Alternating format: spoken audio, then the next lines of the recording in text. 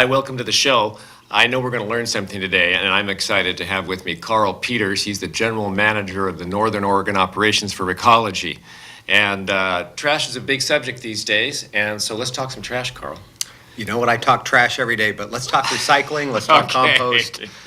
Let's change it to recycling. Well, first of all, maybe I can ask maybe a little about you. Sure. Where'd you grow up? How did you come to McMinnville? Well, where I grew up is too big of a question because my dad was in the service, so I spent my time traversing the globe, and a great experience. Hated it at the time, like most kids, but I look back on it and I go, wow, what a great experience to see so much. But as far as in the business, I've been in the solid waste and recycling business for 30 years now. How did you get there? 30 years. I had a brother that went to work for one of the big companies, let's just call them that. And it just got me interested in it. He would come by and he would explain what he was doing, and I became fascinated by it. He was working in employee relations, working on payroll programs, pay for performance types of programs, and it fascinated me. And next thing you know, I was a route auditor, and next thing you know, I was a dispatcher. Next thing you know, I was a supervisor, and fast forward 30 years later, I've spent the last almost 20 years now with Recology. I spent 15 years down in Northern California, and they asked me to come up here and to manage some assets that they'd picked up in Portland.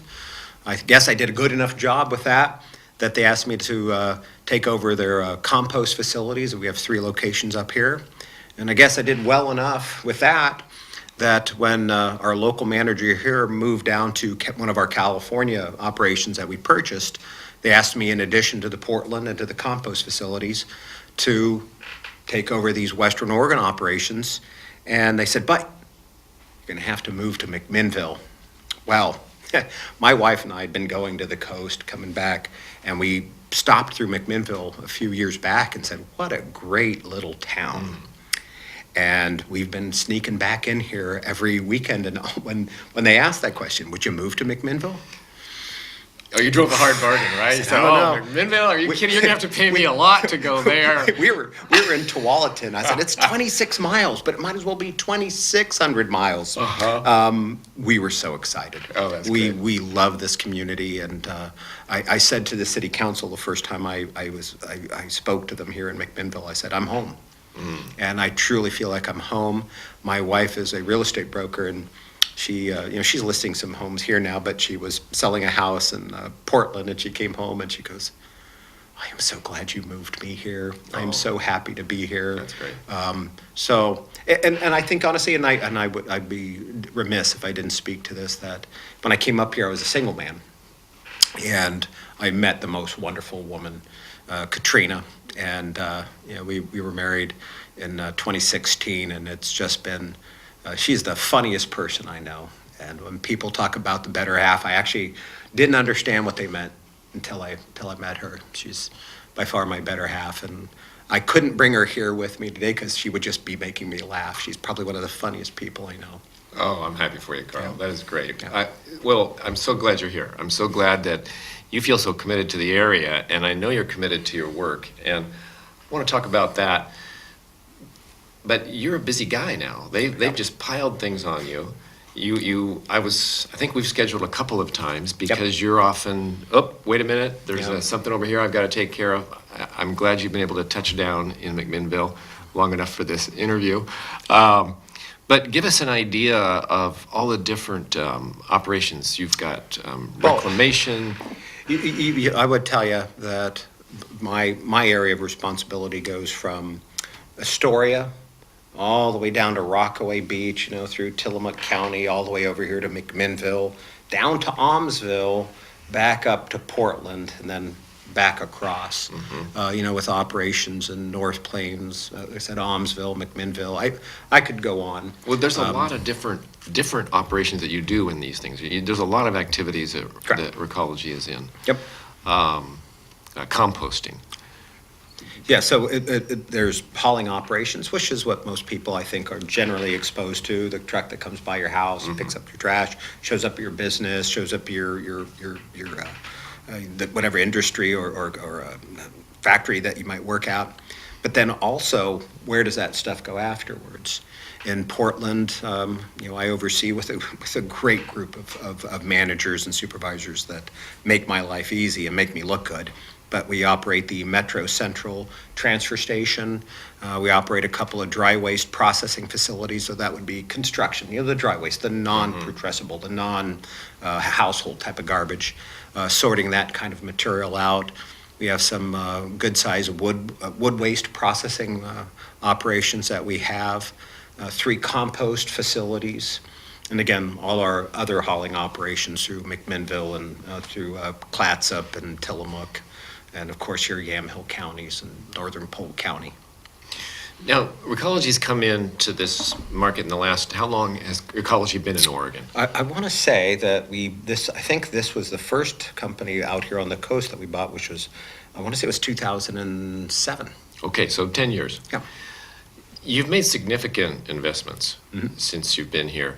North Plains, that composting facility. Correct. Millions of dollars. Yeah, probably neighborhood of $6-7 million invested in that facility. And here in town, I noticed that you finished this new The new transfer station. transfer station, millions of dollars. Yeah, almost $2 million. And then composting, that business seems to be ramped up. So what's interesting, and the challenge with composting is doing it responsibly. To be responsible to the communities you're around, to be responsible to the environment that we're also fortunate to be on this planet. We want to make sure as a company that we're responsible, that we are always practicing and being good neighbors, and to accept yard debris with food waste in it in particular is something that takes on a whole new perspective, because the minute rainwater comes down and touches that material, it generates the same word that you hear from a landfill, from a DEQ perspective, leachate. So you have to capture that material, you have to treat that material. If you were to go and take a tour, and I encourage anybody, any school to contact our Recology Oregon compost site in North Plains and take a tour, one, you'll be amazed by the lack of odors, even though that there's food there. It'll just amaze you. It'll amaze you to see how the material comes in, and 60 days later, it's compost that you can Beautiful brown. take. Yeah, brown. Yeah. We call it black gold. Yeah. But then when you move to the back of the facility, you'll go, holy cow, this place looks like a wastewater treatment plant. Because we are so mindful about making sure, okay, you know what, there are requirements of all these discharge points that we have to manage.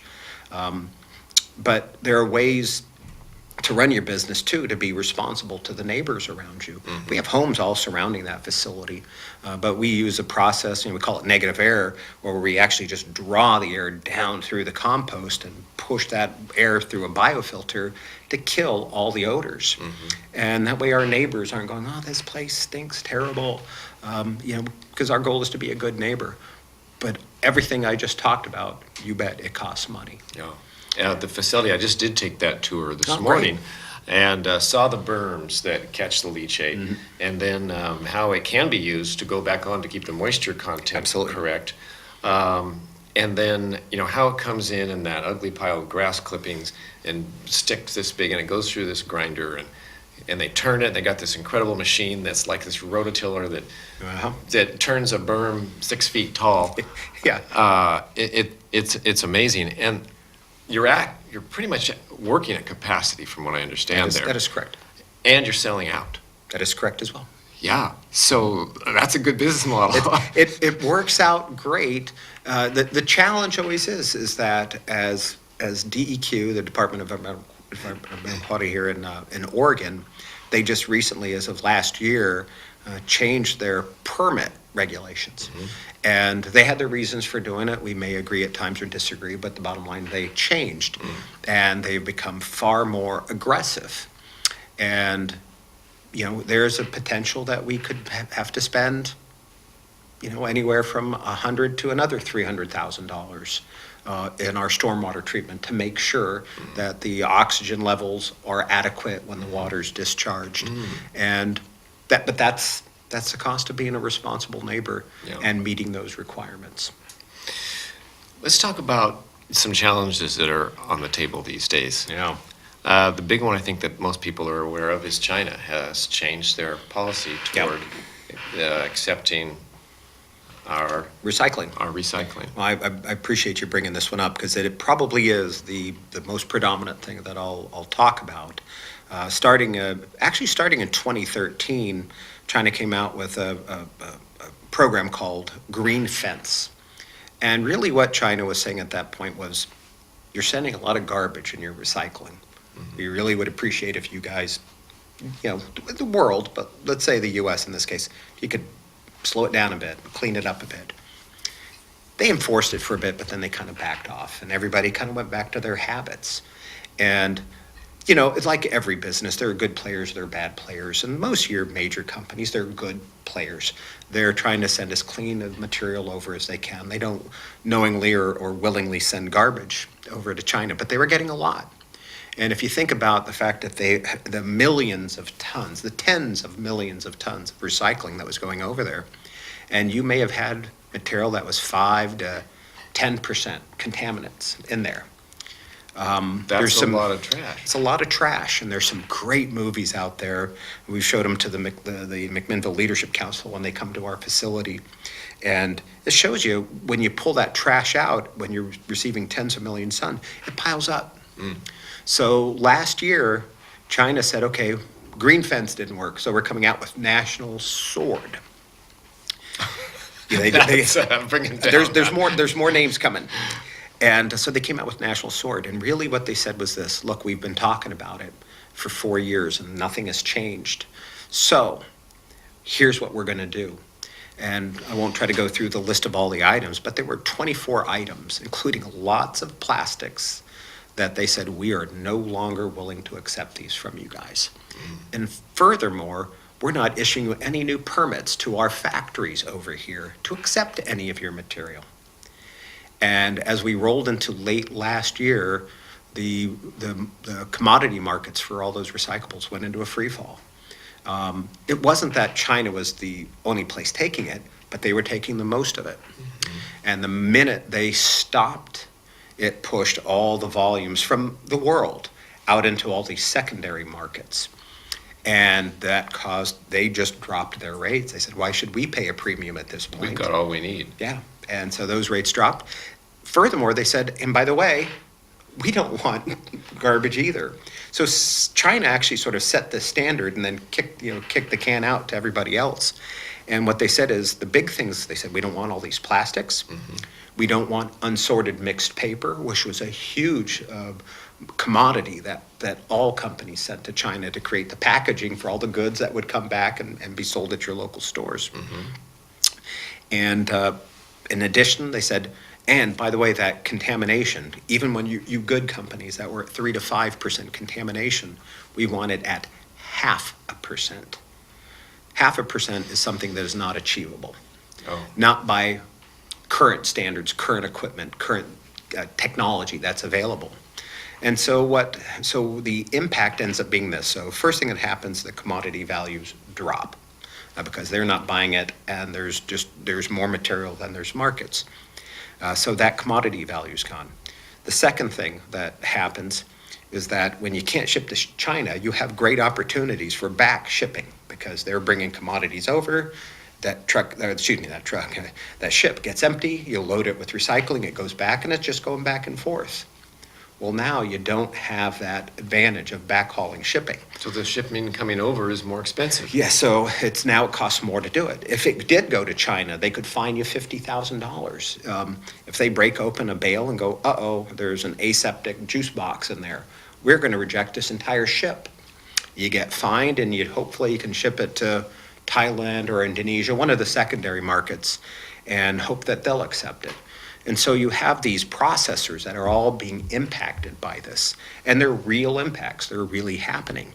The other thing, the way it impacts them, is that the processor goes, well, we need to clean this material up. So the first thing you do is they put double the number of people on the sort lines, pulling contaminants out. Slow the line down. So slow your throughput down so they have more time to pull material out. That results in more backlog of inventory, less material coming off, and you're spending almost twice as much. So now here we are sitting after the implementation late last year. They have now moved from National Sword to Blue Sky. Blue Sky Sounds a is little better. It's not. Oh, darn. It is just the further investigation to make sure that folks aren't trying to ship them garbage. Yeah. They say they don't want it. And it has just slowed it down even more. And, you know, when I spoke to the McMinnville City Council, I pondered out loud, were we part of the ongoing trade war? Were we somehow involved in it?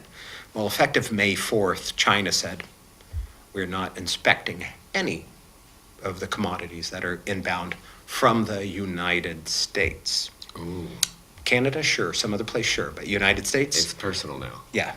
So think about it. If they can't be inspected, it can't go in. So Yeah. effective May 4th, everything just stopped. It's only supposed to last through June 4th. So that time's ticking up. And, you know, that's just one more thing that adds to that challenge. And so what do we do here? Well, the thing that I always try to make sure people understand is that China as an end market is gone. That's my personal opinion. You know, maybe something will change, but you always wonder, will they go right back to these kind of processes You know, again? Carl, this is a great story. I want to ask, though, how's China getting along without as much of the paper that they need to do the packaging to ship things back? So one of the things that they were desperately trying to do, and keep in mind, they're taking commodities from the rest of the world as well. So they have opportunity to take other material from other places. But one of the things that they say was driving them is that they did not have an internal market, meaning that they were so busy buying stuff from the US, they never implemented programs in China. Recycling their own stuff. Their own stuff. And you think about how big of an economy they have, right? So there's a gold mine right there. I mean, a mine right there. Right there. And, you know, you can understand that internalization of why somebody would do that. So that's a piece of the issue, too. Well, The rest of it, you know, what is Nike and Walmart, these companies that are huge retailers, what do they need in packaging? What's that going to look like? That piece I don't know. Okay. I just know that, you know, if you plan your business model around shipping that stuff there, it's risky. It's risky at best. So we all have to diverse and figure out new markets. And just because China doesn't take that plastic doesn't mean that there's not a home for it. You know, recycling makes sense. So when I interrupted it, you were saying the Chinese market is probably pretty much gone. Correct. And so what we're going to do about it, and this is where you are right now. Yeah, that's where I am right now. Okay. In that, as a country, we have to kind of ask ourselves, what is it that we want to do? And so what I was saying is that people, I fundamentally believe, particularly in a town like McMinnville, we love to recycle. We recognize the value in it. We get the social value. We get the environmental value. I still maintain that there's an economic value to it because there are jobs and income that are tied to the folks that are doing all this work to process this material. It makes sense.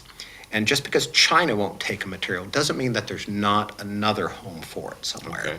And so what we have to figure out is what are those markets? Where are they at? What's going to be the cost of making that happen? And then get back in front of people and say, if we want to do this, here's what it's going to take. And I'm a big believer that if we put the message together right, I think people are going to say, this makes sense. Let's keep doing the right thing. Don't throw it in the garbage. You bet. Right now, it costs me over twice the cost of landfilling garbage to recycle trash. It's that expensive. And that's okay because it is the right thing to do. And we want to continue to do that and work with all the jurisdictions to figure out how can we keep doing it. And it is finding those markets, making sure what they are, that they're viable, that they'll be there for the long term. More importantly, though, is to focus on contamination, to help people understand really what is recyclable, what is not recyclable.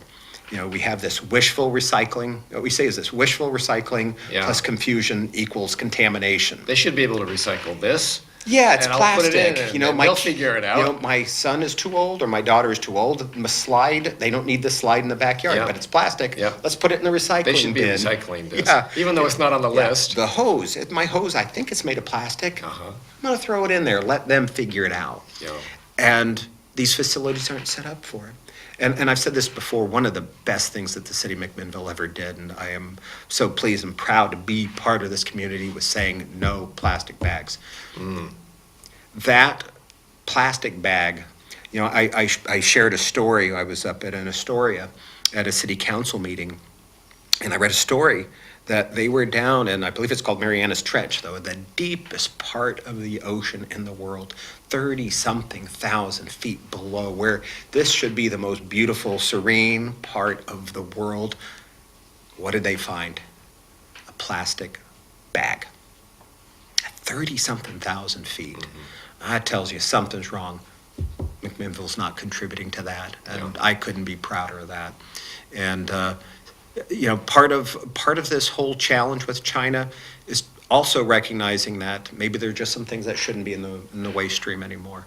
And when I say waste stream, I'm including recycling, just so I'm clear in case I say that again, that there are just some things that maybe we need to figure out a better way to do it. Now, Recology has some, I'm just going to use the word freedom, perhaps, because rather than having to report quarterly earnings to stockholders, you're employee-owned. Correct. Tell us how that matters. I think one of the things I'm so proud of is the fact that we are employee-owned, and explain to people the value of that. And I think the simplest way to say it is this way, that if you work for a company that's traded on the stock exchange, the value that the company generates, the profits, are pushed out to third-party, outside shareholders. In an employee-owned business, those gains, those opportunities come back to the employee owners. We share them. We work for a company that shares its equity with its employees. And I think that's just a fantastic business model. All of our employees, what we try to spend all of our time talking about is the smart decisions that we make, the good business decisions that we make, the relationships that we build. Those all have value. And at the end of the day, when we all go to retire, it'll be reflected in our shares of this company. And it's a smart business model. We really believe it's what drives the service that we provide. We're an extremely diverse company. Being an employee-owned company, over 60% of our employee owners are minority or women. We are a diverse company, and we're very, very proud of that. And we think it's those things that all are driven by the fact that we're employee-owned. And it does instill a pride and an awareness of what you do. Because most people say, oh, that's a paycheck. Well, no. When you walk out of the room, you're like, oh, wait a minute. Turn that light switch off, because it's coming out of all of our pockets. Yeah, like I said, I took the tour of the facility here in McMinnville this morning, and Nick, the manager of Nick Olheiser. Of the compost area. New dad. Congratulations, Nick. He said that, I asked him about employee-owned. How does that matter to you? He used two words. He said morale. Yep. He said it really affects morale, and pride. Pride. Of working there.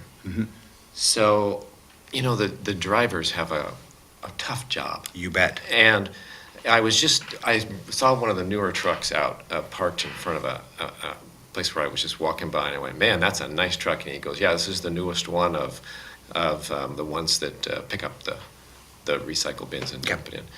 And he's got 4 mirrors here, and he's got a TV camera here.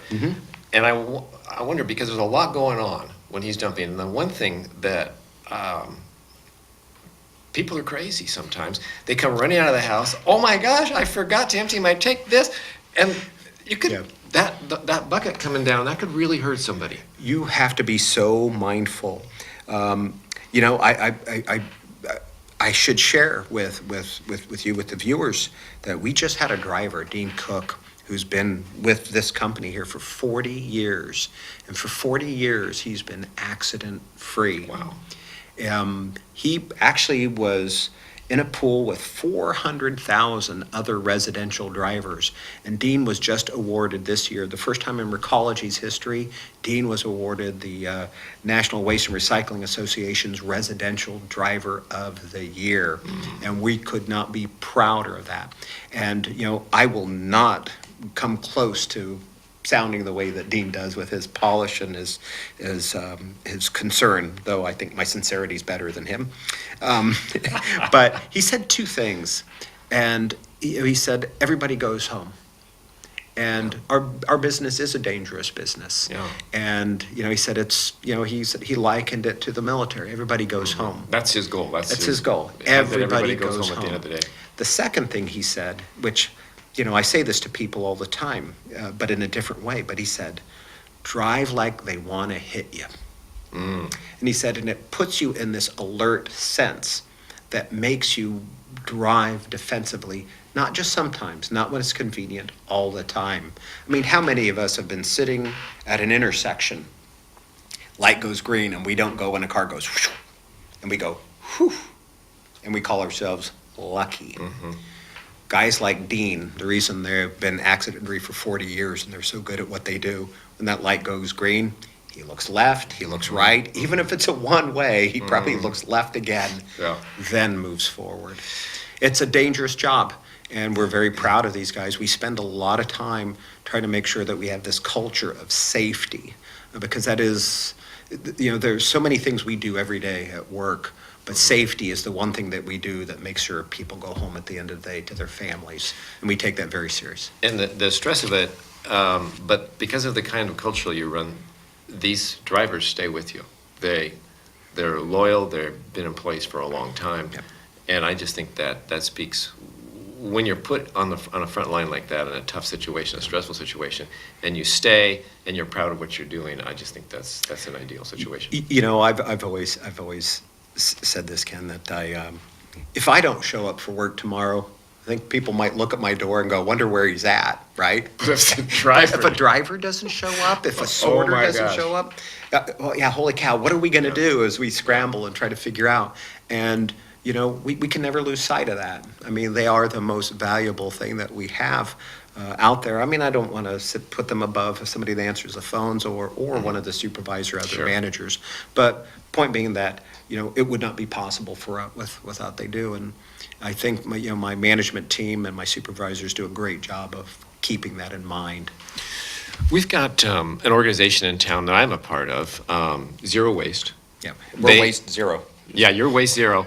This organization is Zero Waste, and they have this goal of 90% diversion, meaning stuff not going to landfill, whatever we put out of our houses to be taken away. 90% of it does not go to the landfill by 2024. Tough goal. I want to thank you for being open to their help and Absolutely. Working with them, because I know when you first maybe took a look at them and you went, well, that's my job. What are they doing? That's exactly what I thought, Ken. Yeah. I remember the first time I saw Ramsey standing by 3 bins and at some function. I go, who is that guy? Why is he doing what my people should be doing? Well, I want to ask, that the kind of the top two biggest contributors to things going to landfill are construction debris and Food waste. And food waste. So what's on the future? Because if Waste Zero is going to help, if Zero Waste is going to help, you're going to help them. If that's going to happen, those two have to be addressed. Absolutely. So what's up with Well, those? the first thing I would say is that great partnerships are so valuable. I consider our relationship with Yamhill County and McMinnville as partnerships, like-minded communities that care about the environment and want to do the right thing. And I look partnerships such as Zero Waste, and if I call them Waste Zero, you'll understand that I might flip them. Great partnerships. Yeah. I mean, here's somebody, and I'm getting I was just at Alien Days walking around going, that's so neat. Here's some folks stepping up, trying to help accomplish what, as a company, we care so passionately about, get this material pulled out. So I think there is absolutely opportunity for partnerships to figure out, first on the C&D side, now that we have the transfer station that's taking in material from McMinnville, an opportunity to work with zero waste to figure out what's there, use the resources and the competency there so we can identify what's there, how much is there, so we can identify where would that stuff go, what would be the cost, so we can begin developing what that infrastructure is going to look like. And you're looking to get some help from them in doing that. Absolutely. Great. I think any opportunities, there's some things I haven't even spoke to Zero Waste about, so I don't want to talk about them here. Thoughts that I've had where I think we can have some great partnerships to get material out of the waste stream before it even goes to a landfill. Reuse opportunities that I want to look at. And I think this is it's a great partnership. It makes sense for us to work closely with anybody that is like-minded, as Recology is. And so I'll always look for good partnerships where they can make sense. Well, Carl, before we were getting started, you said, are we going to have enough to talk about? Yeah. And we're over time now. Oh, crap. Right? Thank you so much. No, This has thank you, been Ken. great. And I'm just excited that you're here and keeping an eye on Recology and being part of that and working with you with Zero Waste. I'm looking forward to meeting that goal. Absolutely, and glad to be part of it. And I think we need a part two because we didn't finish. Okay. Thank you. Thank you.